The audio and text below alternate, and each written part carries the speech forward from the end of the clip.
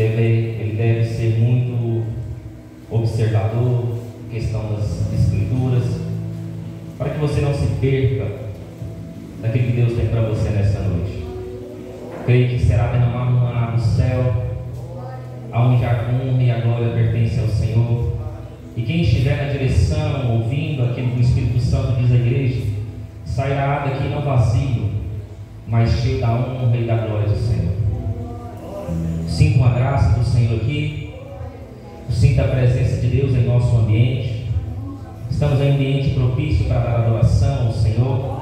Aqui é uma igreja pentecostal, onde Deus está, onde o Espírito Santo ele toma conta de nós, do culto da igreja, onde tem revelação, tem cura, tem milagres, porque nós cremos na manifestação do Espírito Santo desde Atos 2, quando o Espírito Santo começou a operar milagres e maravilhas por intermédio de nós.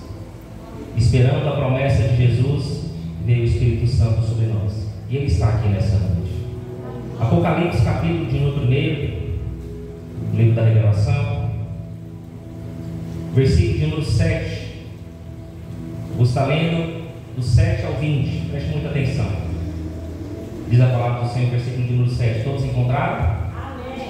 Amém? Você que está sem Bíblia, se aproxime de alguém que está com a palavra do Senhor. Tem um jovem aqui, o Tiago, que está sem Bíblia. Eu quero que ele venha entender o que Deus vai falar com ele também. Amém? Você que está sem Bíblia, se aproxime de alguém que tem Bíblia, para que você venha absorver a palavra do Senhor. Vai dizer a palavra de Deus: eis que vem com as nuvens, e todo olho verá, até mesmo que o transpassaram, e todas as tribos da terra se lamentarão sobre ele. Sim, amém. Eu sou o Alfa e o Ômega, o princípio e o fim, diz o Senhor, que é e o que era, e o que há de vir, o Todo-Poderoso. Eu, João, também sou irmão e companheiro na aflição e no reino e na paciência de Jesus Cristo. Estava na ilha chamada Patmos, por causa da palavra de Deus e pelo testemunho de Jesus Cristo, e fui arrebatado em espírito no dia do Senhor. E ouvi detrás de mim uma grande voz, como de trombeta, que dizia: o que vês, escreve no livro, e envia-o às 7 igrejas que estão da Ásia: a Éfeso, a Esmínia, a Pérgamo, a Tiatira, a Sardes, a Filadélfia e a Laodiceia. E virei-me para ver quem falava comigo, e virando-me vi 7 castiçais de ouro. 7 castiçais de ouro. E no meio dos 7 castiçais, um semelhante ao Filho do Homem, vestido até os pés de uma veste comprida e cingida no peito com um cinto de ouro. E a sua cabeça e cabelos eram brancos como a lã, branca como a neve, e os olhos como chama de fogo, e os seus pés reluzentes, semelhantes ao latão reluzente, como se tivesse sido refinado numa fornalha, e a sua voz como a voz de muitas águas. E ele tinha na sua destra 7 estrelas, e da sua boca saía uma aguda espada de 2 fios, e o seu rosto era como o sol, como a sua força resplandecente. E eu, quando vi, caí a seus pés como morto. E ele pôs sobre mim a sua destra, dizendo-me: não temas, eu sou o primeiro e o último. E o que vive fui morto, mas eis que aqui estou vivo para todo sempre. Amém. E tenho as chaves da morte e do inferno. Escreve essas coisas que tem visto, e as que são, e as que depois dessas hão de acontecer. O mistério das 7 estrelas que viste na minha destra, dos 7 castiçais de ouro.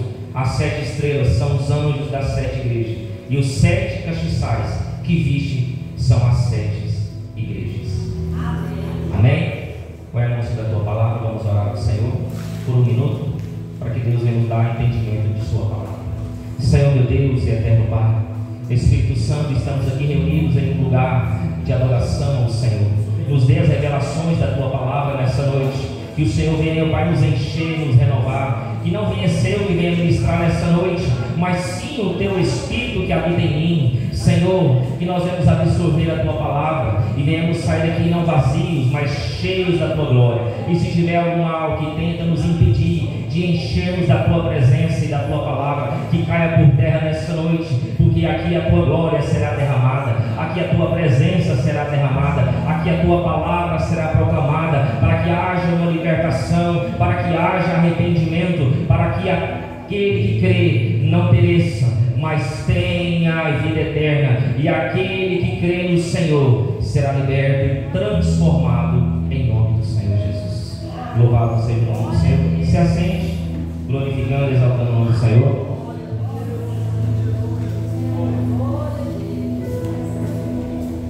Aqui agora ficou bom, né? Só a placa está ligada, né? O fundo está mais alto. Parece que eu me concentro mais, amém? Questões técnicas. Preste muita atenção. Eu quero dizer algo importante nessa noite, que o livro de Apocalipse é um livro da revelação. E o livro de Apocalipse é um livro que ele tem muitas coisas que nós devemos absorver. Algo que irá chegar em tempo que nós não sabemos. O tempo do Senhor é um tempo que não espera. Então, até a volta de Cristo, vamos aguardar que o Senhor venha para nos buscar. Preste muita atenção aqui. Existem algumas questões de promessa e revelação e profecias, mas uma condição que Deus coloca para a profecia, para a promessa e para a revelação, Deus coloca uma condição. Qual é essa condição, pastor? Obediência. Eu quero dar um exemplo bem rápido aqui, não vou entrar em detalhes sobre isso, mas para que você venha entender acerca do que eu estou dizendo aqui nessa noite. Eu quero falar rapidamente sobre Abraão. Quando Abraão ele recebe a promessa de Deus, Deus vai dizer para Abraão: Abraão, sai da tua terra e da tua parentela e vai para uma terra que eu te mostrarei. Então, o que Deus fala para Abraão? Sai da tua terra e sai da tua parentela e vai para uma terra que eu te mostrarei. Quem vai mostrar a terra para Abraão? Quem vai mostrar a terra para Abraão? Então, o que Deus tinha com Abraão? Abraão, sai e obedeça. O que Deus pede para Abraão acerca dessa promessa? Qual era a condição de Deus? Qual era a condição de Deus? Obediência. Isso, sair e obedecer. Só que no meio do caminho, 75 anos, Abraão, quando Deus fala com ele, aos 86 anos, Sara, nós sabemos que entra na frente do Senhor e ela vai ter a infeliz ideia de colocar Agar, sua serva, para deitar com ele, e gera um resultado. E qual é o resultado? Ismael nasce. Quando Ismael nasce, Abraão, não era Abraão, estou falando Abraão, mas era Abraão ainda, nem tinha sido mudado o seu nome. Abraão tinha, quando Ismael nasce, a Bíblia vai nos trazer informação que Abraão tinha 86 anos de idade. Então ele sai com 75 debaixo de uma promessa, e com 86 anos ele tem Ismael, porque não esperou o tempo de Deus, não esperou a promessa chegar. Porque a gente faz isso: vou entrar na frente de Deus, Deus esqueceu de mim, eu vou resolver com as minhas mãos. É o que o evangelista estava falando. O que ele falou aqui faz sentido diante da mensagem de hoje. Então, às vezes a gente entra na frente de Deus, não espera o tempo da promessa, e a gente enfrenta Deus, entra na frente de Deus e fala assim: ó, a desculpa que nós damos, Deus se esqueceu. Deus esqueceu de mim. Olha para você ver o contexto que eu vou dizer aqui. 86 anos ele teve Ismael. 4 anos depois, Deus volta a falar com Abraão. Quanto tempo Deus demorou para falar com ele? E Abraão tem um título. Qual que é o título que Abraão tem? Pai da fé. Vamos entender aqui. O pai da fé, Deus falou, Deus demorou 4 anos para falar com ele. Deus ficou em silêncio durante 4 anos. Depois que Sara e Abraão entrou na frente de Deus e gerou Ismael. 4 anos Deus se cala. 4 anos Deus não falava mais com ele. E Abraão é o pai da fé. E a gente fica um ano, 2 anos, Deus não fala com a gente. Imagina, será que Deus esqueceu de mim? 4 anos depois, Deus volta a falar com Abraão. Só que quando Deus volta a falar com Abraão, não é para passar para a cabeça dele, é com uma doutrina, uma palavra disciplinar. Sabe o que Deus fala para ele? Abraão, anda em minha presença e seja perfeito. Anda em minha presença e seja perfeito. Tem como alguém ser perfeito? Só que aqui a letra, o autor coloca a palavra perfeito aqui. Depois eu vou em contexto sobre isso. existem palavras assim que o autor vai colocar, mas não é algo assim diretamente. Tem outra palavra, outra revelação naquilo que o autor está escrevendo. Mas ele vai dizer, em outras palavras, para traduzir para você, para ficar de uma forma mais simplificada, uma forma mais fácil de compreensão na Bíblia. Deus está falando para Abraão assim: Abraão, lembra que a gente combinou? Lembra que eu falei para você quando você saiu? Seja obediente. Seja obediente. É a única condição que Deus colocou para ele. Para a promessa chegar até ele, precisa dar obediência. Aí Deus fala para ele: lembra que nós combinamos? Volta a ser obediente, porque você não me obedeceu. Por isso que eu fiquei tanto tempo sem falar com você. Por falta de obediência, às vezes nós paramos de ouvir a voz de Deus. A primeira coisa que eu entendo aqui. E João, no texto que nós acabamos de ler, versículo 7, vai dizer: eis que vem com as nuvens.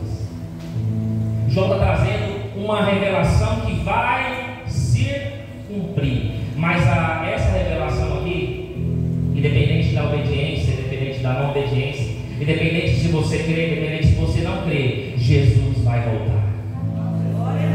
Independente se você acredita ou não acredita, Ele vai voltar. Pastor, eu não acredito que Deus vai voltar. Eu não acredito que Jesus vai voltar. Independente se você acredita ou não, meu irmão, Ele vai voltar. Mas tem alguém que espera a presença de Jesus aqui? Tem alguém que espera Ele voltar? Tem alguém que espera Ele voltar com alarido, com barulho, com voz de arcanjo, com voz de trombeta? Imagina Deus descendo do céu com nuvens e anjos descendo juntamente com Ele, Ele descendo em glória, em poder e majestade. Vai ser lindo. Existem pessoas que esperam a volta de Jesus, mas tem pessoas que não acreditam na volta de Jesus. Independente se você acredita ou não, Ele vai voltar. Existe uma promessa que Ele vai voltar. E essa condição não depende da obediência nossa. Ele vai voltar, você querendo ou não. Primeiro ponto que eu entendo aqui: Ele vai voltar. Alguém sabe o dia que Ele vai voltar? Não, mas Ele vai voltar. Eu estou enfatizando isso para você entender. Aí, irmãos, Ele vai se cumprir a promessa do Senhor. Aí, João, a Bíblia vai dizer para nós uma informação importante. João está preso e exilado na ilha de Patmos. Sabe o que significa Patmos? Mortal. O que significa Patmos, para você não esquecer? O que significa Patmos, para você não esquecer? Mortal. E a ilha de Patmos tem mais ou menos 13 comprimentos. 13 quilômetros de comprimento por 6,5 de largura. O autor escreve como uma ilha, mas é como se fosse uma ilhota, é bem menor. E se você olhar, escrever, colocar na imagem, parece uma meia lua. E a ilha de Patmos é cercada de prisões e cadeias. Era um lugar longe de tudo. E por que João, a pergunta que nós fazemos aqui, por que João estava preso nessa ilha? Será que ele é tão mal assim? Será que ele matou alguém? Será que ele roubou, fez alguma coisa de errado? Porque a ilha de Patmos era uma ilha que só tinha gente perigosa. Só tinha gente perigosa. Por que João foi parar lá? Ele traz a resposta no próprio texto que você leu. Olha aqui, olha o texto que ele vai dizer. Versículo 9 da resposta. E na ciência de Jesus Cristo estava chamado na ilha de Patmos por causa da palavra de Deus e pelo testemunho de Jesus. Por isso João foi parar lá. Porque João, ele estava dentro da palavra do Senhor. Ele não negou a fé, ele estava dentro do propósito de Deus. Por que, pastor, que ele estava dentro do propósito e dentro da promessa do Senhor? Porque ele tinha obedido. A condição que Deus dá é obedir. Se eu obedeço, eu estou dentro da promessa do Senhor. Eu tenho uma promessa comigo, ela vai se cumprir. Porque João estava dentro do propósito de Deus e João estava obedecendo ao Senhor. Veja bem aqui, irmãos, preste atenção. A ilha era chamada Patmos. O que significa Patmos? Para você não esquecer, Patmos é o quê? Mortal. O que é Patmos? Mortal dá uma ideia de vai ser passageiro, tudo vai passar. Porque aquele que é imortal vive eternamente. Mas aquele que é mortal um dia vai acabar. Tem um prazo de validade. Então João estava em um lugar perigoso, pessoas perigosas. Existem duas questões aqui. João estava preso. Se fosse aqui no Brasil, quando nós estamos presos, a gente tem a prisão domiciliar. A gente vai para casa, tem um período para a gente ficar com a família, depois volta para a prisão. Mas João aqui não tinha isso. João não tinha escolha. João tinha que ficar preso, confinado. E existe também a palavra exilado. Exilado significa que João estava longe da sua terra natal e não poderia voltar para ela. Era impossível João voltar para a sua terra natal, porque ele estava exilado. E quem colocou João lá? Olha outra pergunta. Existia um imperador chamado Domiciano. Dentro do ambiente da palavra do Senhor, sempre vai ter embates na Bíblia. Sempre vai ter pessoas representando Deus e pessoas representando o diabo. Aqui Domiciano era algo do mal e João representava Deus. Aqui tinha um embate. Domiciano era imperador e perseguiu o povo de Deus e exilou João. Nos tempos de Moisés, Moisés fazia parte do time de Deus. Faraó fazia parte do time do diabo. Nos tempos de Elias, Elias era de Deus, Acabe era do mal. No tempo de Eliseu, Eliseu era de Deus, Ben-Hadad era do mal. No tempo de Salomão, Salomão era de Deus e Jeroboão era do mal. Então havia embates aqui. Todas as vezes que Deus vai se levantar em meio a uma geração de profetas, sempre vai levantar alguém tentando frustrar as obras de Satanás. Sempre quando Deus levanta alguém, o diabo vai levantar alguém também. Sempre vai ter embate. O crente nunca vai ficar sossegado. O crente nunca vai ficar tranquilo, meu irmão. A nossa vida vai ser luta, dificuldade, porque só nós vamos ter paz e sossego quando Jesus voltar. Quando Ele voltar, nós teremos paz. Mas enquanto isso, no mundo tereis aflição. No mundo nós teremos aflição. E olha aqui, eu falei como que era mais ou menos. Então Domiciano prende João neste lugar. E João era o último discípulo vivo de Jesus. Pastor, os outros discípulos foram mortos. Tudo foi martirizado, preso, morto, cerrado ao meio, colocado a cabeça para baixo, crucificado, arrancou sua cabeça, arrancou no meio, esfolado vivo. Vários discípulos morreram, todos eles morreram, só João ficou vivo. Só João era vivo, mas morreram os discípulos que eram de Jesus, morreram martirizados. O que é martirizado, pastor? Não negou a fé, não se curvou, não negou a palavra do Senhor, não negou a doutrina dos apóstolos, mas foi fiel até o fim da sua vida. Uma pergunta que eu deixo para a igreja, mas não precisa responder agora, só pense nela. Você teria coragem de morrer por amor a Jesus? Ou a sua vida vale mais do que o amor a Deus? Lembrando, abro aspas aqui, lembrando que aquele que negar Jesus aqui na terra, eu negarei no céu. E sabe o que o diabo quer? Que nós negamos ele aqui na terra, para que nós venhamos ter salvação no céu. Porque aquele que não me negar aqui, eu negarei no céu, diz o Senhor Jesus. Não é eu que estou falando, é a palavra. É a palavra de Deus. E por que João estava lá? Pastor, mas se todos os discípulos foram martirizados, foram mortos, João também? Por que João foi diferente? Por que João não foi morto? Ah, meu irmão, tentaram matar João. Já tentou matar ele. Jogaram ele num lago que queimava, mas o homem levantou ileso. Sabe por que João não morreu? Porque João estava debaixo de uma promessa do Senhor. E o fogo que foi colocado para queimar João, o fogo do Espírito Santo, ardia mais do que o fogo dos homens. O fogo que o Senhor colocará dentro de você não vai queimar pelo fogo dos homens, porque fogo não queima fogo. Fogo não queima fogo, meu irmão. O fogo do Espírito é muito mais quente do que esse fogo que você vê aqui na terra. O fogo do Espírito Santo queima dentro de nós. E por que João estava preso, pastor? Porque o diabo pensou: se eu não consigo matar ele, eu vou exilar ele e ele vai morrer. Quando o diabo acha que venceu, Deus tem um plano diferente de salvação para nós. Quando o diabo pensa assim: eu vou colocar ele preso, exilado, e a obra vai parar. Aonde o diabo acha que vai colocar você, é onde você vai ter a sua maior experiência com Deus. Os homens que escreveram a palavra do Senhor, presos, aonde eles tiveram as maiores experiências e revelações Depois pesquisa aí para mim, pastor. Quantas cartas Paulo escreveu quando ele estava preso? Quero colocar esse contexto aqui. Quantas cartas Paulo escreveu? Pesquisem para mim. Olha aqui, irmão. Pastor João era perigoso, era. O crente que ele é santo, o crente que ele é Bíblia, o crente que não se contamina com esse mundo, ele é perigoso. Mas perigoso para quem? Mas perigoso para falso profeta.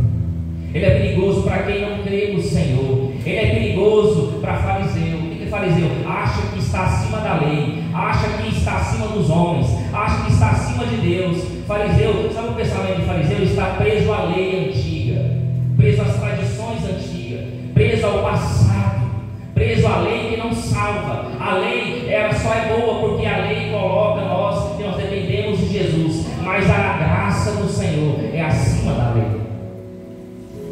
Aquele crente que ele é santo como João, buscava o Senhor, ouvia a direção de Deus, ele é perigoso para quem não quer nada com Deus. O crente santo é perigoso para crente profano e idólatra, porque tem crente que busca a Deus pelo que Deus faz, não pelo que Deus é. Quero dar um exemplo para você. Tem crente que vem aqui para a igreja buscando algo, ou financeiro, ou sentimental, ou familiar, e quando Deus não faz, busca outro Deus. Vai na macumba, vai na benzeção, vai no tarô, vai na adivinhação. Ele tenta buscar algo que traz um resultado. Mas o Deus que eu sirvo e o Deus que a igreja que serve, eu creio nisso, e está na palavra do Senhor, Ele é o Deus. Se Ele fizer, Ele é Deus. Mas se Ele não fizer, Ele continuará sendo Deus. Esse é o Deus que eu creio. Eu não busco a Deus pelo que Ele faz, eu busco a Deus pelo que Ele é. E João era perigoso. O povo romano falou assim: esse homem é perigoso, nós temos que prender esse homem, porque esse homem está libertando a mente do povo. Esse homem fala de Jesus, esse homem traz salvação, esse homem, aonde que ele vai, Deus cura, Deus salva, Deus liberta, Deus transforma, porque é isso que Deus faz. Você vai ser perigoso, meu irmão, para a sociedade que não quer nada com Deus. Você vai ser perigoso para as pessoas que são idólatras. Você vai ser perigoso para quem esconde pecado debaixo da cama. Você vai ser perigoso para crente que vem para a igreja e não quer compromisso com Deus, porque Deus vai te mostrar: não fica perto desse aí não, esse aí não quer nada, esse aí não é ovelha, esse é lobo. Crente que é santo e é liberto, ele é perigoso. Imagina você vir na igreja: vou naquela igreja não, lá Deus revela. Como é que eu vou esconder meu pecado? Não é essa igreja não. Essa igreja lá tem homem de Deus lá, tem alguém de Deus lá, e Deus vai mostrar para essa pessoa o meu pecado. Eu não vou lá não, você é perigoso, meu irmão. Por isso que você vai convidar para qualquer lugar. No meio da sua família, as pessoas não te convidam. Falam: não vou convidar esse irmão, se não é crente, crente é chato, crente só fala de Deus. Eu não posso beber, que ele já vai ficar olhando para mim, vai me julgar. Eu posso fazer as coisas que eu faço. Se eu fizer coisa de errado e perguntar para ele: o que você acha? Ele vai falar assim: não, eu não estou nisso aí não. Seja liberto, meu irmão, tenha vergonha na sua cara. Não é qualquer lugar que você vai não, não é qualquer parente que você vai não é quem te chama não. Natal está chegando aí, vai ter convite que você vai receber, porque você é crente santo demais. O crente que é liberto, ele não se mistura com qualquer coisa. E aonde ele está, a presença de Deus está. Então João era perigoso para a gente assim. E Paulo, quero também falar de Paulo aqui. Paulo, dentro da prisão, escreveu a maioria das cartas. Paulo estava preso, mas a prisão não estava em Paulo. Paulo estava preso, mas a palavra de Deus ela é livre, ela traz libertação e salvação. Aonde Paulo estava, Deus também estava, a presença de Deus também estava. Aonde Paulo estava, acontecia milagres e maravilhas, porque aonde um crente de Deus está, a presença dele está. E Paulo vai ser o maior apóstolo e vai falar acerca da mente. Pastor, o que significa Patmos? Patmos é algo que te prende, Patmos é algo que te diminui, Patmos é algo que coloca você para baixo, Patmos é algo, é uma necessidade, é um vício que você tem, que você não consegue se libertar dele. Meu irmão, quando você está aqui em um culto como este, você consegue adorar, você consegue exaltar, mas sozinho na sua casa você consegue? O Patmos é aquilo que te controla quando ninguém vê, É gente que está vendo coisa que não é para ver. É gente que está ouvindo coisa que não é para ouvir. É gente que está acessando coisas que não é para acessar. Conteúdo adulto. Ninguém está vendo, vou tomar essa cervejinha aqui. Ninguém está vendo, vou mandar um zap aqui para alguém. E a pessoa é casada. Ninguém está vendo. Isso é o Patmos. O Patmos é alguma coisa que te prende, que coloca a sua humanidade para fora, que tira Deus da sua presença. E sabe a única coisa que separa o homem de Deus? O pecado. Patmos é aquele pecado que nós não conseguimos nos libertar dele. João estava em Patmos, mas Patmos não estava em João. Você pode estar preso, mas a verdadeira libertação não é o ambiente que você está. A verdadeira libertação, ela vem da mente. Eu vou te provar isso. Existe um pensamento de Paulo, quando Paulo vai escrever a carta aos Coríntios. Paulo vai dizer assim, preste muita atenção, redobre a sua atenção para você entender. Paulo vai dizer assim: o bem que eu quero fazer, eu não faço, mas o mal que eu não quero fazer, esse eu faço. Eu vou traduzir para você aqui. No pensamento de Paulo, trazendo para a igreja, o que Paulo estava dizendo era assim: eu quero ser perfeito. Porque Paulo entendia que Deus, ele é perfeito. Deus, ele é santo. Deus é incorruptível. Deus é bondoso. Deus é misericordioso. Deus é cheio de graça. Deus é cheio de sabedoria. Então Paulo queria assim: eu quero me parecer o máximo que eu conseguir com Deus. Só que é impossível. Paulo chega num contexto que ele vê que é impossível. Por quê? Porque Paulo vai dizer assim: eu estou dentro de um corpo que é corruptível. Eu estou dentro de um corpo que ele é caído.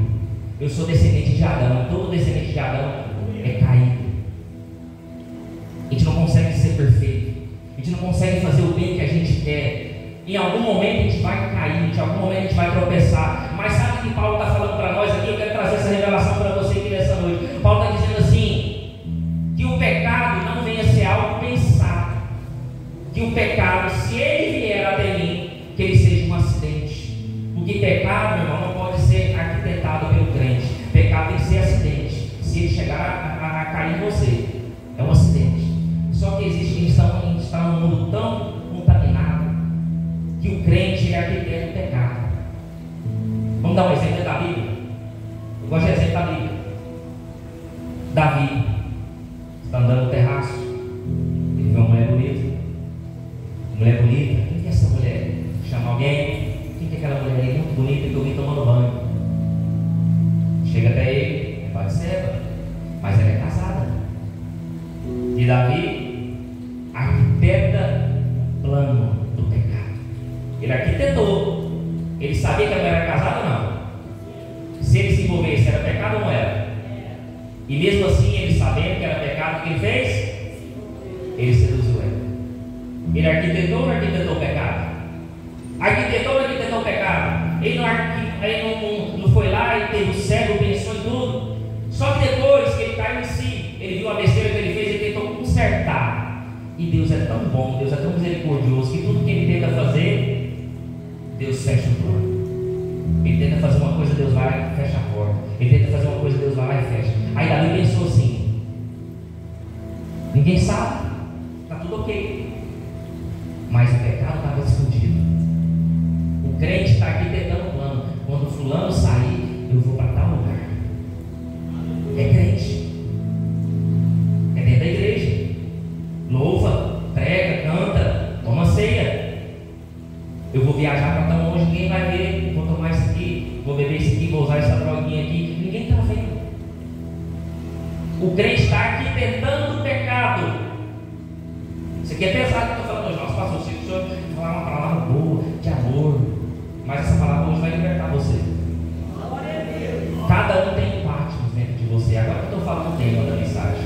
O tema é: cada um tem Patmos dentro de você. E o que é Patmos, pastor? Eu vou falar isso aqui para você entender. Você sai daqui entendendo. Patmos é aquilo que te diminui. Patmos é aquilo que te prende. Patmos é algo que você não consegue controlar. Já viu quando você tem um remédio controlado, você está tremendo assim, e o remédio calma. Você depende daquilo Patmos é um vício, é algo que te controla quando ninguém vê. É um vício que você não consegue se libertar. E eu vou te falar como você vai se libertar desse vício. Então Paulo tinha esse pensamento. Paulo vai dizer que o pecado não vem a ser arquitetado pela minha mente, mas se caso eu pecar, que venha a ser um acidente. O pecado na vida do crente tem que ser um acidente. Não pode ser arquitetado. Isso aí, irmão, a gente vê tanto pecado arquitetado por crentes. A gente fica besta. Fala assim, como que esse homem é crente? Como que esse homem é de Deus? É vergonha do Evangelho. A nossa vida tem que ser uma vida de caráter. A primeira coisa que eu tenho que ser para ser um homem de Deus é uma pessoa de bom caráter. Você não precisa ser bonito não, irmão, forte, alto não. Deus não olha isso não, Deus não olha a aparência não. Deus olha. Vai anotando aí, tem muita coisa importante. Você vai sair daqui entendendo o que Deus está falando com você nessa noite. E o tempo corre, né? O relógio tem que converter, mas não é convertido, tem que parar depois para dar certo. E Paulo tinha essa linha de pensamento. Aí sabe o que Paulo vai dizer? Depois de alguns versículos, Paulo vai dizer assim: miserável homem que sou, quem me livrará do corpo dessa morte? Paulo, ele está trazendo outra analogia para nós. Quero que você entenda isso aqui. Redobre a sua atenção. Isso aqui é interessante. Eu nunca parei para pensar nisso. Depois eu fui entendendo o que Paulo estava dizendo. Ele vai dizer: miserável homem que sou, quem me livrará do corpo dessa morte? Sabe o que Paulo está dizendo? Paulo está trazendo uma analogia para nós. Nos tempos antigos, vamos colocar o Brasil aqui, depois eu falo do tempo antigo. No Brasil, se alguém é pego em assassinato, matou alguém, como é que chama quando a pessoa é pego flagrante? A pessoa é pega em flagrante, né? No ato. A pessoa é pega em flagrante, ela assassinou alguém, ela matou alguém. No ato, todo mundo viu. No Brasil, o que é feito? A pessoa vai presa, primeira coisa ela vai ter. Olha aí, a pessoa vai presa, né? Presa aí. Aí, tá vendo? Não entende. Ela vai presa, depois condenada para ser julgada, não é isso? Espera a sentença. É assim ou não é? Só que na época de Paulo, a gente tem que entender que aqui é muitos anos antes, depois de Cristo morreu. Muitos anos atrás. Paulo, naquele tempo de Paulo, era assim, ó. Pegava em assassinato. Sabe o que eles faziam? Eu quero que você redobre a atenção agora. Pegava em assassinato, matou a pessoa, não era julgado. Sabe o que principalmente os romanos faziam? Pegava a pessoa que matou, colocava um morto amarrado. Preste atenção. O morto amarrado em frente do vivo, daquele que matou. Então o morto ficava de frente com o vivo. Por exemplo, João matou Pedro. João matou Pedro. Pedro está morto. O Pedro morto ficava amarrado com o João vivo. Então ficava preso. Então aonde o vivo ia, o morto ia junto. Só que nós sabemos que o corpo humano ele começa a fazer o que com o tempo? O que ele começa a fazer? Se decompor. E a decomposição tem bactéria, não é isso? Tem substâncias tóxicas. Aí o morto está com o vivo lá. O vivo está com o morto está com o vivo. Aonde o vivo ia, o morto estava.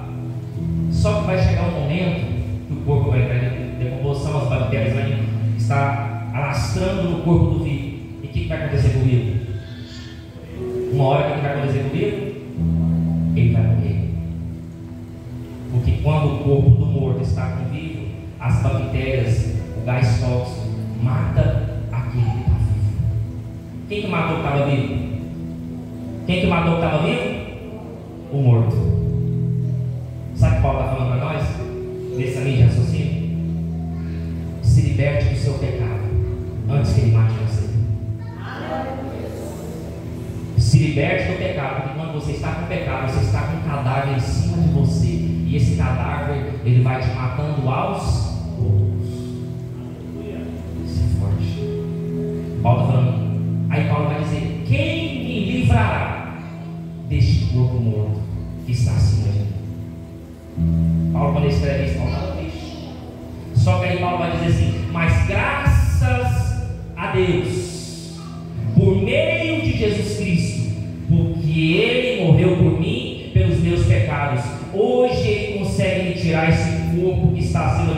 que me levaria para a morte, porque Jesus ele dá vida, Jesus ele trouxe salvação e trouxe uma libertação para mim.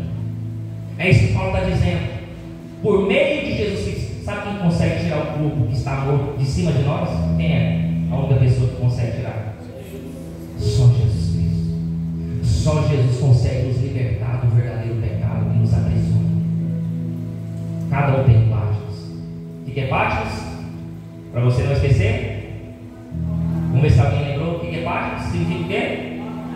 Mortal. Escreve isso. Patmos é mortal. E João estava no meio de gente doido, assassino. Ele não estava em Patmos? Patmos só tinha gente boa lá? Só tinha crente lá? Não. João estava no meio de assassino, estrupador. O que mais? Vamos lá, quem vai preso? Quem rouba, quem mata, quem prostitui, quem estrupa, quem assassina. Só tinha gente boa lá, né? Só tinha gente legal lá, né? João tinha que dormir com o olho fechado, o olho, o outro aberto. Mas João confiava no Senhor. E é lá naquele lugar que Deus falou com João. E é lá naquele lugar que João teve a sua maior revelação dentro da palavra do Senhor. É lá que João foi sido diferente na presença do Senhor. Olha aqui, meu irmão. Quero te falar uma analogia aqui interessante. João estava em paz. Vamos ler aqui o versículo número 14. Quero que você entenda algo aqui. Versículo número 14. E a sua cabeça e cabelos, vamos ler.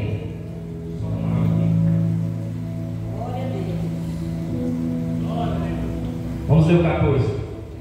E a sua cabeça e cabelos eram brancos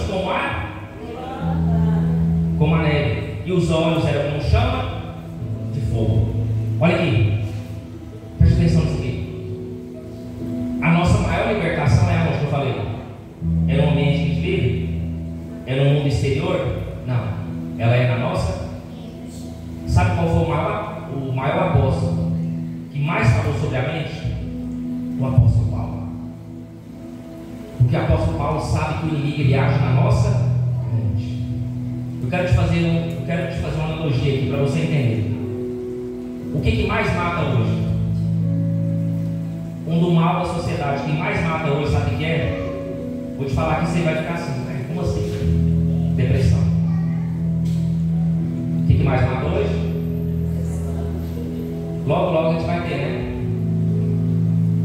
A pessoa que está estudando, tem um doutor Fábio aqui. Como é que é o nome da pessoa que está estudando, faz curso na faculdade? Acadêmico. Nós temos alguns acadêmicos aqui na igreja, graças a Deus, que vai me ajudar a pregar isso aqui. A depressão é o que mais mata. Por quê? A pessoa depressiva, ela tem paz? Ela sente fome? Ela sente alegria? Para você entender aqui, eu estou falando da questão da mente. Paulo, o que mais vai dizer sobre a mente? Paulo vai dizer: não vos conformeis com este mundo, mas transformai-vos pela renovação da vossa mente. Sabe o que Paulo está dizendo aqui para nós? Não se molde ao caráter do mundo. Não tenha o pensamento voltado para as coisas do mundo, mas tenha o seu pensamento voltado para as coisas de Deus. Porque o mundo tudo vai passar, mas as coisas de Deus são eternas. As coisas de Deus vão te levar para o céu, as coisas do mundo vão te levar aqui para a terra. E a terra você vai levar terra na cara quando você morrer. Não vai levar nada daqui. Você vai levar alguma coisa quando você morrer? Um carro, uma casa, um apartamento, você vai levar? Por que você está morrendo por causa disso? Você tem que correr para o amor de Jesus. Paulo está dizendo: não pense como o mundo pensa. Aí Jesus, eu vou emendar aqui, a gente vai dizer assim: o que é mais fácil dizer? O que é mais fácil fazer? Amar aquele que te ama e odiar aquele que te odeia? Mas eu vos digo, ele vai dizer: mas eu vos digo, ame a quem te ama, e aqueles que te odeiam, ame eles também. Olha o pensamento de Cristo. O pensamento da terra, do mundo é o quê? Você tem que amar quem te ama e odiar quem te odeia. Mas olha o pensamento de Jesus: ame aquele que te ama, mas também ame aqueles que te odeiam. Então nós não devemos inteiramente no padrão do homem, o padrão humano, o padrão do mundo, mas a nossa mente tem que ser voltada ao padrão de Deus. E o padrão de Deus é a palavra do Senhor. É isso que Paulo está dizendo para nós. Olha para você ver. saudável, a mulher ou o homem pode ser bonito por fora, mas se na mente dela ela é feia, se na mente dela ela é gorda, se na mente dela ela nunca vai ter alegria, ela nunca vai ter paz, ela pode ser bonita de fora do jeito que for. Você pode dar dinheiro para ela, você pode dar viagem para ela, você pode dar ouro para ela, você pode fazer o que você quiser, ela sempre vai estar triste, porque a prisão, o Patmos está onde? Na mente dela. Eu estava com uma pessoa, o pastor estava junto, a pessoa chegou e ela estava de boa aparência, arrumada e tal. O carro postou com um carro zero assim. Fala o carro aqui, né? Postou. E ela já é uma pessoa que já a gente conversa. Ela foi, entrou. Vou falar isso muito rápido, o foco é a palavra. Para você entender como a mente da pessoa é. A pessoa com carro zero. Apareceu esse carro para mim e tal. Eu estou marcando, já estou com viagem marcada. A pessoa tinha dinheiro. A pessoa é bem sucedida, empresária. Só que ela falou assim: olha por mim. Eu achei estranho, a mulher tem tudo. Acabou de chegar com o carro zero. Vai viajar, né? Tem dinheiro. Estava com uma bolsa cara. Estava vindo de uma academia, tal. Aparentemente ela tem tudo, tem. Se eu tenho dinheiro, eu tenho tudo, não é? Pensamento nosso. Ela tinha tudo. Carro zero, estava para viajar. Só que ela falou assim: olha por mim. E por quê? Eu sei que vocês são pessoas de Deus, porque eu estou com depressão. E aonde eu vou, eu não consigo ficar bem. Aí, Instagram, redes sociais, está sorrindo, está em praia, está alegre, está feliz, mas na mente dela, o Patmos prende ela. Na mente dela, o Patmos diminui ela. Na mente dela, ela é fraca, ela nunca vai crescer, ela nunca vai vencer, ela é fria. Já viu aquelas pessoas que têm muito dinheiro? Ela pode chegar em qualquer lugar, comer qualquer coisa, só que ela não consegue comprar nada. Eu conheço gente que tem muito dinheiro, tem uma casa para morar, vive de aluguel, e tem condição de comprar casa, não compra, porque a mente, o Patmos está lá, a água aprisiona ela. Patmos, lembrando para você não esquecer, é aquele que te prende, é aquele que diminui, é um vício, é alguma coisa que você depende daquilo. Tem gente que tem que tomar remédio controlado. Patmos, eu resumi contigo. Aqui quando você toma, você fica bom, sabe? Está melhorado. Mas Deus quer que você fique assim? Deus quer que você fique depressivo, dependente de remédio? Jesus olha para você e fala que você é feia? Vamos, igreja, fala. Fala que você não vai ser feliz. Jesus fala isso para nós, mas o mundo fala isso para nós. O mundo é o Patmos que nós temos que conviver com ele todos os dias. João estava em Patmos, mas Patmos não estava em João. Quem aqui lembra de Paulo e Silas? Alguém lembra? Levanta a mão. Quem lembra de Paulo e Silas? Por que eles foram presos? Porque houve uma libertação de um espírito que estava perseguindo Paulo. Onde Paulo ia, o espírito falava. Sabe o que o espírito falava? Esses são verdadeiros homens de Deus. E aonde Paulo ia, aquele espírito perseguia ele. Aí certa vez Paulo ficou irritado. Sai em nome de Jesus. A mulher voltou, ela tinha um espírito de adivinhação. O povo lucrava com aquilo, reuniu todo mundo. Vamos prender Paulo e Silas, porque estava pregando a palavra e estava libertando em nome de Jesus. Foi preso por causa do nome de Jesus. E não foi só preso, não, foi açoitado, bateram neles, cinto, chicote, tapa na cara. É isso que eu levo, pastor, pregando a palavra. Meu irmão, você tem que estar preparado para tudo isso, porque Jesus vai dizer: serei perseguidos por amor ao meu. Aí Paulo e Silas está preso. Sabe por que ele estava preso? Mais ou menos assim, ó. Olha aqui para mim. Aqui. Estava preso assim. Paulo do lado, Silas do outro, preso. Vou te falar a visão de um homem liberto, que não tem um Patmos na mente dele. Paulo estava o quê? Paulo e Silas estavam o quê? Preso. Mas a prisão estava em Paulo? Não, né? Ele estava preso por fora, mas por dentro ele era livre. Você pode estar preso por fora, mas por dentro você tem que ser livre. Paulo está preso. Sabe o que Paulo pensou? Vamos orar, vamos cantar. O homem foi preso, foi açoitado. Quem que pensa em cantar? pensa em adorar preso e açoitado? Quem que pensa nisso? Quando a luta vem, quando o carnê vem para você pagar, quando as dificuldades vêm, tem gente querendo te matar, você pensa em adorar? Você pensa em fazer isso? Vocês pensam? Mas Paulo pensou. Sabe o que eu aprendo com isso? Tem hora para adorar? Tem momento para exaltar? Surpreenda, Senhor. Surpreenda a Deus. Paulo está preso. Silas, vamos cantar? Vamos adorar? Estava chegando que hora? Meia-noite. Paulo está lá, começando a cantar, começando a adorar. Sabe o que a Bíblia diz? E os presos Paulo estava cantando e adorando, e os presos escutavam. Deus vai colocar você em ambientes para testar a sua fé. E nos ambientes que você acha que vai morrer, vai ser um ambiente que Deus maior trará experiências suas com Deus. O ambiente que é para te matar, vai ser para libertar as pessoas. Paulo e Silas estão presos. Eles estavam adorando e os outros presos escutavam. Imagina, gente tentando se matar, gente pensando assim, vou sair daqui não, vou morrer aqui, estou preso. Vai sair do decreto e vou morrer. Gente que já tinha perdido a esperança, pessoas que já tinham perdido a fé, pessoas que já tinham perdido tudo o que estava preso há não sei quantos anos. Porque a Bíblia só fala de Paulo e Silas, mas tinha outros presos lá. E dentro de outros presos, cada um ali carregava uma história. Cada um de vocês aqui carrega uma história. E a história que você carrega, Deus sabe dela. E eles estavam presos, e os outros presos estavam escutando. E aquilo foi gerando uma libertação, porque o louvor, ele rasga o céu. A verdadeira adoração, Deus se levanta do trono. A verdadeira adoração alegra o coração de Deus. Lembra quando você está cantando, você está pensando em morrer, quando você começa a adorar, a tristeza, Deus vai colocando amor. A tristeza começa a se tornar em alegria. O louvor, ele traz isso. O louvor, ele tem um impacto que rasga a sua alma e te leva até Cristo.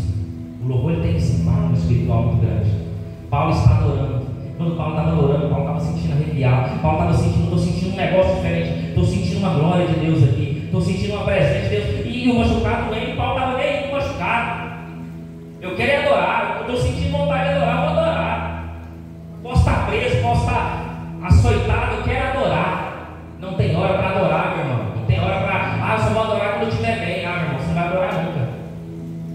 Você não vai adorar não. Se você esperar estiver bem para adorar, você não adora. Se você estiver bem pensando em orar, você nunca vai estar bem. Você não vai orar. Deus quer que você ore na dificuldade, na luta, na aflição. Deus quer que você adore quando você não tem o que comer amanhã. Quando o cartão vai chegar lá para você pagar amanhã, o povo te ligando, você não pagar a prestação do carro, você vai perder o carro, vai perder a casa. É aí que Deus quer que você adora. É nesse momento que a glória de Deus se manifesta. É nessas horas que Deus vê. Deus está lá olhando. E Deus está vendo Paulo adorando, Paulo e Silas. Deus está lá, meu filho está me adorando. Vou mandar uma provisão agora. Ele vai ter uma experiência que ele nunca teve na vida dele. Aí todo mundo conhece a história. As cadeias começam a se abalar. Os negócios começam a quebrar. E os presos, as cadeias foram quebradas. Eu quero te fazer uma pergunta. Quando a cadeia soltou, os presos correu? Foi todo mundo embora? Um pensou assim, eu tenho um plano de fuga. A hora que a cadeia soltar, eu vou correr, eu vou fugir. Alguém fez isso? Alguém fez? Mas tinha um camarada lá que ficou doido. Ficou perturbado. E quem era esse camarada? Carcereiro. O carcereiro estava correndo igual doido. Falou assim: o que aconteceu? Que terremoto? Que loucura que foi essa aqui? O carcereiro olhou, as cadeias tudo abertas. Falou assim: o que ele pensou? Agora eu vou morrer. Vamos conjecturar aqui? Quando eu falar conjecturar, vou explicar para você, vou parafrasear.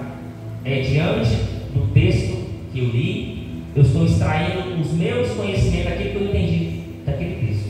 É como se fossem as minhas palavras. Então, quando eu falar isso, vocês vão entender.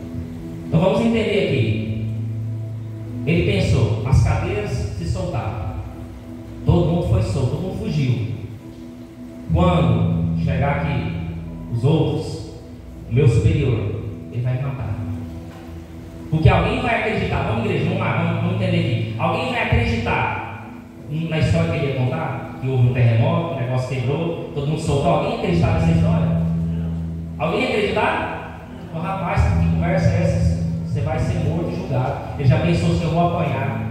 vão me bater, e depois disso tudo eu vou sofrer desse tanto que eu vou morrer. Eu vou tirar minha vida agora. Agora eu vou tirar minha vida, porque é melhor tirar minha vida agora do que eu apanhar, do que eu sofrer, que eles vão fazer isso comigo. Ele pensou em tudo, ele arquitetou tudo. Eu vou pensar, ele vai me bater, ele vai fazer tudo isso comigo, e depois eles vão me matar. Eu vou me matar agora. Aí quando ele pega a espada para se matar, quem falou assim: pare, não faça isso? Paulo. Quero te fazer uma pergunta. Quem estava preso? Primeira instância, quem estava preso? Paulo estava preso. Paulo foi solto através da glória de Deus. Mas o carcereiro, quem tinha um Patmos dentro dele? Quem tinha a mente fraca naquele momento? Precisava do carcereiro chegar ao ponto de tirar a sua vida. Sabe o que a gente faz? No desespero a gente quer morrer. Quando a gente não vê saída, é melhor tirar a minha vida. Quando não vê mais saída, é melhor largar. É melhor largar Jesus. É melhor largar o casamento. Quando dá uma briga, o casal tem briga, tecnicamente. O Patmos está pulando. O Patmos está lá em cima. O Espírito está lá embaixo. A primeira briga com o casal, o que um olha para o outro e fala? Primeira briga, o que eles falam? Não largar. Melhor separar ou largar. Primeira coisa. É mais fácil desistir. O Patmos está reinando. Você precisa ser liberto hoje. Paulo estava preso, mas falou assim: não faça isso. Nós estamos todos aqui. O carcereiro acalmou, ficou mais tranquilo, respirou. O que eu devo fazer? Paulo vai dizer: seja salvo tu e a tua casa. Sabe o que Paulo está dizendo? Isso aqui não foi nada que nós temos. Quem fez isso aqui foi Jesus de Nazaré. Quem fez isso aqui foi Deus que nós cremos. Se você quer esse Deus que faz milagres e maravilhas, aceite Ele. Vai ser salvo tu e a tua casa. Aceite esse Jesus. Paulo falou para ele: eu não fiz nada disso aqui. Existe alguém que é mais poderoso do que eu. Existe um Senhor que eu sirvo, e esse Deus é único. Aí João, falei da mente, do poder da mente. Você sabia que a sua mente controla tudo? Quando você sente fome, tem que mandar informação. Sabe o que eu descobri? Quando você sente cheiro de alguma coisa, não é o seu nariz que sente o cheiro. Você vai ficar doido agora. Pastor, não acredita nisso. Quando você sente o cheiro, é sua mente jogando no seu nariz aquilo que você está sentindo. Pastor, agora eu estou sentindo o cheiro. Então o que eu estou sentindo é a minha mente que está jogando com o nariz. Tudo está aqui. Viu quando alguém está perto de morrer? Viu aqueles crentes que estão crente de verdade, que não tem Patmos? Crente que é liberto, com a mente liberta. Você tem um câncer, você vai morrer. O médico fala assim: você vai morrer. O médico prepara na informação. Eu tenho que falar aqui, porque senão a pessoa vai surtar, vai morrer. O crente falou assim: não, estou confiando no Senhor. Se eu morrer, eu vou para a glória. Porque a morte não pode, o crente não pode ter medo da morte. Porque a morte é o passaporte para a sua salvação. Porque após essa morte, você vai ter uma obra em Cristo Jesus. O crente pode ter medo de morte. Aí tem uns crentes que tem um medo de morrer. Tem uns crentes que falam: se tiver um câncer, se tiver alguma coisa, meu irmão, a pessoa até desvia. Meu irmão, que crente é sério? Tem que estar esperando a morte. Tem que estar tranquilo. Se eu morrer, eu vou para a glória. Porque a minha fé está em Cristo Jesus. Você tem que ter esse pensamento. Aí escute, João está lá, tendo a visão. Agora eu quero te fazer uma pergunta. João sabia que era Jesus? Alguém sabia? João sabia? Ó, pastor me deu a informação. 4. Paulo escreveu 4 cartas quando estava preso: Efésios, Filipenses, Colossenses e Filemão. 4 cartas. Paulo escreveu preso. Então a prisão vai parar a obra de Deus? A prisão vai parar a obra de Deus? Mas o que para a obra de Deus? O Patmos que está em você, seu pensamento. E o Patmos ele é aqui, é na sua mente. Olha aqui, irmãos, para normalmente raciocínio que nós estamos aqui, estamos falando da mente. Tudo está baseado na nossa mente, no que a gente pensa. Quem que arrebatou João em espírito? Quem arrebatou João em espírito? Deus. Deus queria que João visse algo. João foi arrebatado em espírito. Nós acabamos de ler o texto. Quando João foi arrebatado em espírito, ele vai dizer assim: estou vendo 7 castiçais semelhantes ao filho do homem. E estou vendo uma veste. João vai descrever a veste: vestido e cingido do peito com um cinto de ouro. E a sua cabeça e cabelos eram brancos como a lã. Olha a dificuldade que João está tendo. Porque o João está escrevendo aquilo que ele está vendo, na visão que ele está tendo. Ele coloca assim: os cabelos dele é branco como a lã. Aí depois João tem uma vírgula: mas não é como a lã, é como a neve. Ele já muda o texto. Mudou ou não mudou? Olha aqui, irmãos, vamos entender. Não, o cabelo dele é branco como a lã. Eu cheguei a estar vendo, não é branco como a lã, é branco como a neve. O que Deus falou para ele? João, aquilo que você vê, escreve. Mas olha o nível que vai chegar a revelação. Olha o nível. Versículo de número 17. Quando eu vi, caí a seus pés como morto. E ele pôs sobre mim a sua destra, dizendo: não temas, eu sou o primeiro do mundo. Olha como que João não sabia que era Jesus. Nós temos a prova aqui. Porque quando eu preguei no domingo, Jesus apareceu a Pedro, João, Tiago e outros discípulos. Aí a Bíblia vai dizer que era a terceira vez que Jesus apareceu aos discípulos. Era a terceira vez. Só que a aparência de Jesus era como a aparência de um homem. Mas o corpo de Jesus glorificado em glória, ninguém tinha visto ainda. Era só o corpo físico normal, natural. E Jesus coloca a evidência para mostrar para o discípulo que a ressurreição e a vida é algo que está diante deles ali, que é ele. Ele falou assim: eu morri e ressuscitei, você também pode fazer isso. É isso que Deus está falando. Que a morte e a ressurreição era para eles crer e ver que era real. Que se eles morressem por amor ao Evangelho, eles poderiam morrer e ressuscitar também. É isso que Deus está falando. Olha aqui. Olha como é real. Então João não sabia que era Jesus. Só que nós temos um texto aqui que João, ele vai falar com Jesus, mas ele não sabe que é Jesus. Aí ele vai dizer assim: ele está vendo a visão, coloca o cabelo branco com a neve, os seus pés são com latão reluzente, o refinado numa fornalha, a sua voz como voz de muitas águas, mas ele não sabia que era Jesus ainda. Só que ele vai ter um contexto que ele vai dizer assim: Jesus vai falar assim: ei, João, ei, sou eu.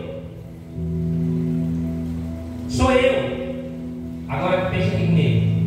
Alguém fala sou eu para quem não conhece? Já quando você fala com alguém, esquece, um primo, um parente bem distante, aí ele te liga. Aí você não sabe quem que é. Porque já tem muito tempo que você não fala com aquela pessoa. Só que a pessoa fala assim: ei, esqueceu de mim, sou eu.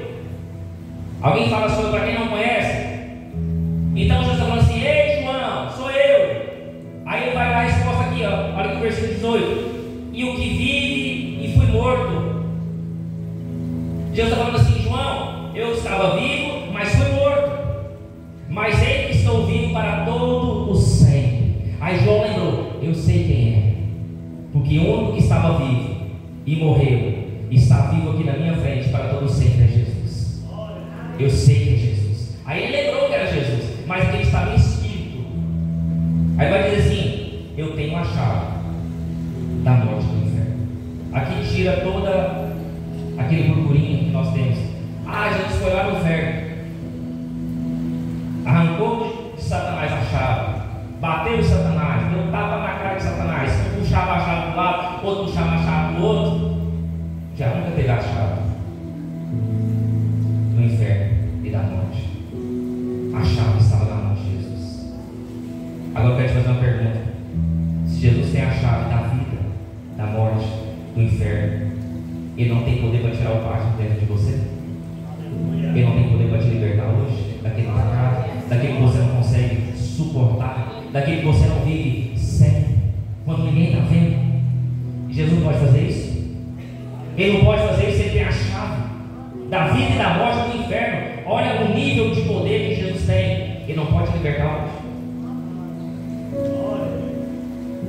mas esse poder depende de nós. A gente tem que se libertar da nossa mente. Olha outra prova que eu tenho para falar para vocês, que a mente é poderosa. Paulo vai fazer uma analogia. O corpo tem muitos membros, e um membro fora do corpo é fraco. O que esses membros são? Paulo está dizendo, é a igreja. O que é os membros? Paulo está dizendo, se eu amputo meu dedo, esse dedo fica lá e não volta para onde é de origem, o que vai acontecer com esse dedo que foi cortado? Ele vai acontecer e vai morrer. Então, se o crente sai da igreja, quem que vai abraçar ele? O diabo, irmão. E se ele não tem força para voltar, o que ele acontece? Ele morre. Eu tenho tanto crente que não sai da presença de Deus, não consegue voltar mais, porque é um dedo amputado, não consegue voltar, não tem força. Aí Paulo coloca assim, que o corpo, cada membro é a igreja. O braço, a perna, o coração, o banco do rim, cada um que faz parte do corpo de Cristo. Mas quem é o cabeça? Quem é o cabeça da igreja? Por que Paulo coloca que Cristo é o cabeça da igreja? Porque se a mente ela está sã, ela está boa, o corpo tem vida. Quando eu tenho um pensamento de libertação, o meu corpo é forte. Meu irmão, se na cabeça de uma pessoa, de um homem ou de uma mulher, ela tem na mente dela que ela é bonita, que ela é forte, que ela é corajosa, ninguém tira esse pensamento dela, tira? Vai tentar convencer ela que ela não é isso. Ela já está com a mente blindada. Fala assim, eu sou forte, eu sou corajosa, eu vou conquistar tudo. Nada tira esse pensamento dela. Um dos homens mais sábios da Bíblia, Salomão, vai dizer assim como você vê o seu coração, assim ele é. Sabe o que Salomão está dizendo? Se ela tem a mente forte, ou ele tem a mente forte, nada vai tirar isso do pensamento dele. Porque se nós tivermos um pensamento forte, o nosso corpo vai ser forte e saudável. É isso que Salomão está dizendo. Aí, olha o texto aqui. No versículo número 17, João foi arrebatado. Ele não estava no corpo físico, ele estava numa visão espiritual. Vai entendendo aqui o livro. Se João não estava no corpo físico dele lá, e a visão dele está aqui, ele está vendo aqui, como que Deus encosta a mão nele, Jesus encosta a mão no ombro de João, e ele cai como morto. O texto vai dizer que quando ele vê Jesus, ele cai como morto. Por que aconteceu isso? Olha o nível da revelação. A revelação foi tão forte que o espírito de João abalou lá, o corpo dele sentiu de carne. Sabe o que significa isso? Que Jesus tem o poder de tocar em você, no corpo físico, como no corpo espiritual. O que você sente no corpo espiritual afeta o seu corpo físico. E quando você é tocado por Deus de uma forma tão grande, o seu corpo treme todo, você fica arrebentado no outro dia, porque o nosso Deus, ele tem poder para sondar o seu coração, ele tem poder para entrar no seu espírito e no seu corpo. Jesus certa vez vai dizer assim: não tenha medo daquele que pode matar o corpo, mas tenha medo daquele que pode matar a alma e lançar no inferno. Porque o corpo morre e não presta para nada, mas a nossa alma, o nosso espírito, ele tem grande valia no Senhor. Para finalizar aqui esse texto, quero finalizar no versículo de número 11, mas eu quero falar aqui no versículo 5. Você percebe que no número 5, que Jesus coloca como primogênito dos mortos. No versículo 5, Jesus vai dizer: eu sou o primogênito dos mortos. Se Jesus falasse que ele era, o que significa a palavra unigênito? Que Jesus é o unigênito do Pai. O que significa unigênito? O que é unigênito? E primogênito. Sabe o que Jesus está falando? Eu sou o primogênito. Depois de mim vai vir mais gente. Depois de mim vai vir mais pessoas. Depois de mim vai vir mais. Quem vai ser depois de Jesus aqui? Quem vai ser depois de Jesus ressuscitado? Quem vai receber um corpo corruptível em glória, em majestade e poder? Quem vai? Eu quero. Ele está dizendo: eu sou primogênito. Vai vir gente depois de mim. A promessa é para vocês. Aí versículo 11, Jesus vai falar assim: o que vê, escreve e envia. Quero fazer uma pergunta para a amada igreja. Quando Jesus fala assim, João, o texto é de vermelho, quando é de vermelho é Jesus que está falando. Quando Jesus vai dizer para João, João, o que você vê, escreve. Sabe o que Jesus está falando? Eu sei que você tem potencial para eu te revelar uma coisa e você escrever tudo aquilo que está escrito, e você escrever tudo aquilo que você vê. Eu sei que você tem potencial para isso. Agora eu quero te fazer uma pergunta. Deus vai te chamar e vai te dar uma visão e vai te revelar algo, se você não está preparado para aquilo? Porque o nosso Deus, Ele confia em nós. O nosso Deus, Ele confia no plano que Ele tem para você. Se Deus confia, o que o homem vai dizer não é nada. Ah, não, você não canta nada. Mas Deus te confiou esse louvor. Deus te confiou esse grupo. Deus te confiou para subir aqui no altar e pregar a palavra de Deus. E se alguém falar alguma coisa para você, vai valer mais do que a pessoa fala o que Deus fala? Deus. Fala aí, igreja. Vai valer mais do que os homens falam o que Deus fala? Deus. Se Deus falou, João, o que você vê, escreve. Deus está falando assim, João, eu confio no seu potencial. E eu sei que você tem gabarito para fazer o que eu vou pedir para você fazer. Se Deus confiou algo na sua mão, meu irmão, faça a vontade do Senhor. Porque Ele confia em você. Faça aquilo que Deus colocou no seu coração. Faz aquilo que o plano de Deus colocou em você. Aí Deus, Ele acredita em você. Tem gente que não acredita nele mesmo. Se Deus acredita em você, meu irmão, o que os outros falam não significa nada.